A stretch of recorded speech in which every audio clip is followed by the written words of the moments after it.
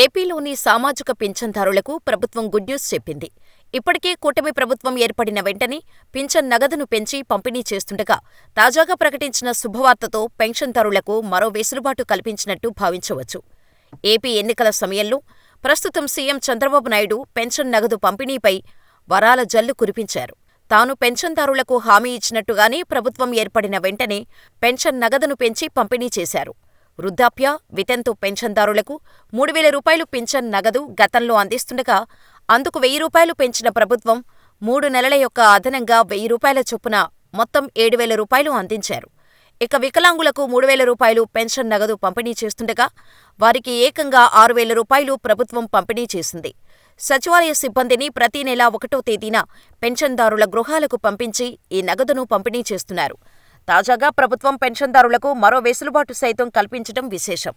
గతంలో పెన్షన్ నగదును 2 నెలల పాటు వరుసగా తీసుకొని పింఛన్దారులకు నగదు చెల్లించటంలో ఇబ్బందులు ఉండేవి. అటువంటి ఇబ్బందులను దృష్టిలో ఉంచుకున్న ప్రభుత్వం ప్రస్తుతం 2 నెలల పాటు పింఛన్ తీసుకోకపోయినా 3 నెలల్లో ఒకేసారి మొత్తం చెల్లించాలని నిర్ణయించింది. అంటే వరుసగా 2 నెలలు పింఛన్ తీసుకొని పింఛన్దారునికి 3వ నెలలో 3 నెలలకు సంబంధించిన నగదును సచివాలయ సిబ్బంది అందజేస్తారు. అంతేకాకుండా పెన్షన్ తీసుకుంటున్న కుటుంబ యజమాని మరణిస్తే భార్యకు మరుసటి నెలలోనే వితంతు పింఛన్ మంజూరయ్యేలా ప్రభుత్వం ఉత్తర్వులు జారీ చేసింది. ప్రభుత్వం తమకు ఇంతటి వెసులుబాటు కల్పించడంపై పెన్షన్దారులు హర్షం వ్యక్తం చేస్తున్నారు. ప్రధానంగా వృద్ధులు, వికలాంగులు, కిడ్నీ వ్యాధిగ్రస్తులు, వితంతువులు తమకు కల్పించిన వెసులుబాటు పట్ల ఆనందం వ్యక్తం చేస్తున్నారు. ఒంటరి మహిళ పెన్షన్ అనేది ఉండేది కాదు. మా అమ్మ మా నాన్న మందులు కొనుక్కోవడానికని, నాకు అలాగే జీవించడానికని చాలా అప్పులు ఇవన్నీ చాలా చేశారు. అనేది 2014 నుంచి 500 పెన్షన్ అనేది నిజము సార్. ఇచ్చింది ఒక దయ అండి. మాకు ఇల్లు లేదు, 20 సంవత్సరాల నుంచి అద్దెంట్లోనే తిరుగుతున్నాము. దీనికి ముందు 14 సంవత్సరాలు ఉంటుంది శ్రీరాంపేటలోనే, అది అద్దిల్లే. ఇది ఇప్పుడు 6 పోయి 7 అవుతున్నది, ఇది అద్దిల్లే. మీరు ఇచ్చింది మందులకు అవుతుందండి. లేదంటే మందులు కానీ ఒక్కరోజు కానీ వాడిపోతాను, నేను ఎప్పుడో చనిపోయి మట్టి అయిపోయి చెట్లు కాస్తుందండి. మీరు ఇచ్చిన ఆ 4,000 కాదు, అది నాకు ప్రతిరోజు ఊపిరి తీసుకోవడానికి ఒక జీవితం. మాలాంటి ఒక బేదలు అన్నదమ్ములు ఎవ్వరు లేరు. అంతే కదా.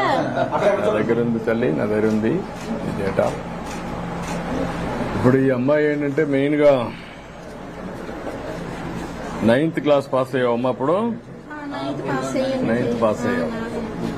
అయినప్పటికైనా మీరు ఇచ్చిన చెరువు గవర్నమెంట్ పనికి ఇంకా వెళ్ళానండి. మీరు ఇచ్చారు కదా, పోనీ 4 పైసలు ఇంటికి వస్తుంది. కానీ sugar, BP, thyroid, TV attack. ఎందుకు షుగర్ ఎందుకు వచ్చింది? నాకు 11 సంవత్సరాల వయసు. అప్పుడు తాతకుండు. ఏంటి ఎందుకు వచ్చింది నువ్వు చిన్నప్పుడు? ఆ పాపకి మరి ఎలాగొచ్చిందో ఆ తండ్రి చెకప్ చేయగానే డాక్టర్ గారు అయితే ఏంటన్నారంటే, మీ వంశం ప్రకారము ఎవరికి ఉన్నదంటే మా తాత అంటే నాన్నకున్నది, దాని ప్రకారం నాకు వచ్చింది అనుకుని అన్నారు. అంతే తెలుసు. నువ్వు ఆటో డ్రైవర్ గా పనిచేస్తున్నావు. నీకు ఆటో ఉందా, సొంతం ఉందా, బాడీగానా? అంటే ఫైనాన్స్ మీద నెల కట్టేవాళ్ళు అలాగా కింద మీద పడుకోని అలాగా. ఇప్పుడు నీకు ఆటో అప్పు తీరిపోయిందా? అప్పు తీరిపోయిందా? అప్పు తీరిపోయింది సార్. ఈ కింద ఆర్థిక పరిస్థితి సర్వం మీరే అనుకుని ఉన్నాము. సంవత్సరం ముందు నాకు యాక్సిడెంట్ కూడా జరిగిందండి. ఎన్టీ రామారావు గారు ఉన్న కాడి నుంచి ఆయన ఎప్పుడు ప్రధానమంత్రి అయ్యారో అప్పటి నుంచి ఇదే మందిర్ ఇదే. మరి దీంట్లో ఏ మార్పు లేదు సార్. ఇది కూడా మొత్తం తెలుసు. మనకి ఏ విషయం అది బయటపడను.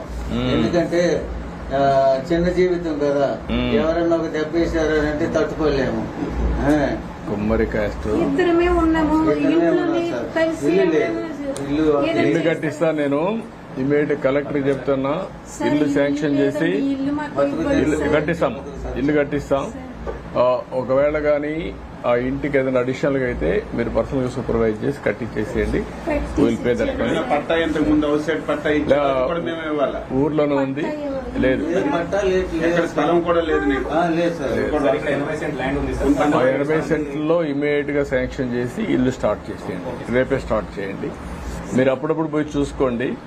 ఇల్లు కట్టించేస్తాం. అలాగే సార్. తర్వాత ఎప్పటికప్పుడు ఇంకేమైనా చేయగలుగుతారు? నువ్వు ఆటో తోలుతున్నావు అంతవరకు. తోలను 15 రోజులు వెళ్తే 15 రోజులు వెళ్ళను సార్. చాలా పెద్ద యాక్సిడెంట్ అయింది. పెద్ద మీరు మహిళా సంఘం గ్రూపులు పెట్టినందుకు ఆ సంఘంలో ఉన్నావు మనం? ఉన్నాను సార్. ఏం పని చేస్తున్నారు ఇప్పుడు? నేను లీడర్ గా ఉన్నాను 10 మందికి. అది మరి నువ్వేం పని చేపిస్తున్నావు వాళ్ళందరూ? 10 రూపాయలు సంపాదించాలి కదా. నా ఉద్దేశం అదే కదా పెట్టినప్పుడు. ఏదో అది తీసుకుని ఏదో ఒకటి చేస్తామంటే ఇంట్లో పరిస్థితి వల్ల డబ్బులు అట్టి పెట్టడమే అయిపోతుంది సార్. నాకి చాలా వరకు మెడికల్ ఖర్చు అయ్యింది. ఆటో ఇంకా బాగుంది. ఆటో బాగుంటే 100-200 ఇంటికి వస్తుంది కదండి. ముందు ఆటో ఇప్పుడు ఆటో బాగాలేదు. ఆటో ఏం చేయాలి ఇప్పుడు? ఆటో పర్లేదా ఏమయ్యా? తొక్కలేకపోతున్నారు. ఆటో 15 రోజులు వెళ్తే 15 రోజులు వెళ్ళను సార్. వీక్నెస్ ఎక్కువైపోయి 200 ఎంత ఆయిల్ పోను 200 తెచ్చుకుంటాను. ఎక్కువ మీరు డ్రైవింగ్ ఇచ్చిన పింఛని తోని ఇంటి ఇది గడిచిపోతుంది. మందులకి మళ్ళీ అప్పులు చేయాల్సి వస్తుంది సార్. అంటే ఇది చాలా ఉపయోగము కానీ అయినప్పటికీ మాకు సాధం లేదు. అంటే ఇది చాలా ఇప్పుడు మనకి ఇక్కడ జనరిక్ మెడిసిన్స్ అన్ని పెట్టామా పెట్టలేదు ఇంకా? సార్ శ్రీకాకుళం టౌన్ లో ఉంది సార్. టీకీలేదు కాదు, అన్ని దగ్గరలో పెట్టి జనరిక్ మెడిసిన్స్ కూడా ఇలాంటి దీనికి మనం సప్లై చేయగలిగితే అవుతుందండి నాకు. ఆ ఇన్సులిన్ గానీ అవన్నీ కొంచెం వర్కౌట్ చేస్తే 75 mg రోజు ఒకటి ఇయ్యాలి.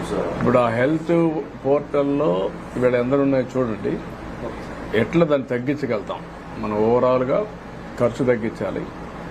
ఎట్లా చేయాలి?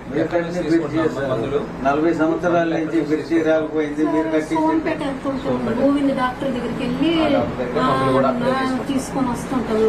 నెలకు 3,000 రూపాయలు మందులు అయిపోతుంటాయి. 3,000 అవుతాయి. నాకు 3,000 అవుతుంటాయి. అదే మందులు తక్కువ కూడా దొరికితే సార్ అది చెప్తున్నారు. అది అదే ఎట్లా చేయాలి అనేది దానికే వర్కౌట్ చేస్తున్నాను నేను. ఒక్క రోజు కానీ మెడిసిన్ వాడకపోతాము. 2వ రోజు కల్లా సరే ఒక పని చేయండి, ఒక 2 లక్షల రూపాయలు డబ్బులు ఇవ్వండి.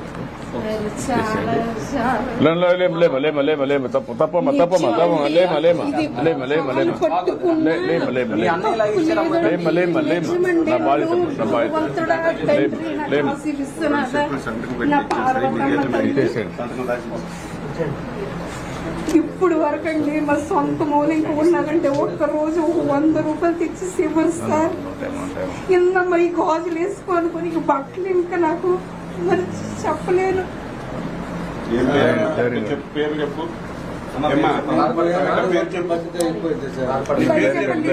బ్యాంక్ అకౌంట్ ఏ పేరు ఉందో చెప్పు. పల్జాపల్లి జానకి. జానకి అందా?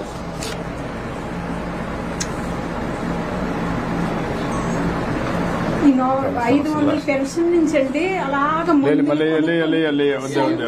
అన్నాను కదా శ్రీ విష్ణు దేవుడేనండి మీరు.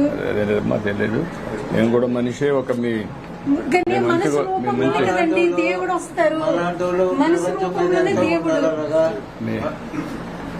మీలాంటి వాళ్ళకి అండగా ఉండాలన్నదా ఆశయమ్మా. తప్పకుండా నా ప్రాణం పోయి నా కట్లో నా ప్రాణం పోయినా ఆ భగవంతుడి దగ్గరికి వెళ్ళేనా నిజము మీ కుటుంబము చెప్తున్నాను. ఎప్పటికీ లైఫ్ లాంగ్ అంటే మీ కుటుంబం ఉన్నారు. అందరూ చల్లగా ఉండాలండి లైఫ్ లో. ఎప్పుడు మాకు ఒక 1000 రూపాయలు కూడా ఎప్పుడు సాయం చేయలేదండి. నేను మరి చెప్పలేను సార్. అంటే మాటలు చెప్పాలంటే ఎప్పుడు ఉన్నది సార్. నిజమండి సార్. మీ చెయ్య మాకు పడ్డది. భగవంతుడా సీఎం గారు జై సీఎం గారు కుటుంబము ఎప్పుడు చల్లగా నుండి 100 ఏళ్ళు అతను అబ్బాయి వాళ్ళ మనవుళ్ళు అందరూ శుభ్రంగా. ఇది నేను ఒక యోగినండి. నాకు పెళ్లి ఏట్ అవ్వలేదండి. ఎందుకంటే మరి చేసుకోను కానీ నేను హృదయం పూర్వక చెప్తున్నాను. ఎప్పుడు ఇతను ఎప్పుడు సీఎం గా మీరు ఎప్పుడు సపోర్ట్ గా వీళ్ళ కుటుంబం ఎప్పుడు చల్లగా ఉండాలని కదండి. కానీ నేను అతనికి వాళ్ళ కుటుంబం చల్లగా ఉండి ఎప్పుడు సీఎం గా ముఖ్యమంత్రిగా అతను ఎప్పుడు ఉండాలి. వాళ్ళ కుటుంబం నుంచి రావాలి. మనవడు కూడా రావాలండి. 3 పీడి కాదు 4 పీడి వరకు మేము ఉండము. కానీ ఒక ఈ ఆత్మగైనా మేము చూస్తాం. న్యాయం జరగాలమ్మా. నాకు వదిలిపెట్టి నేను చూస్తాను. ఇలాంటి వాళ్ళందరికీ న్యాయం జరగాలి. జరుగుతుంది. అలాగే సార్.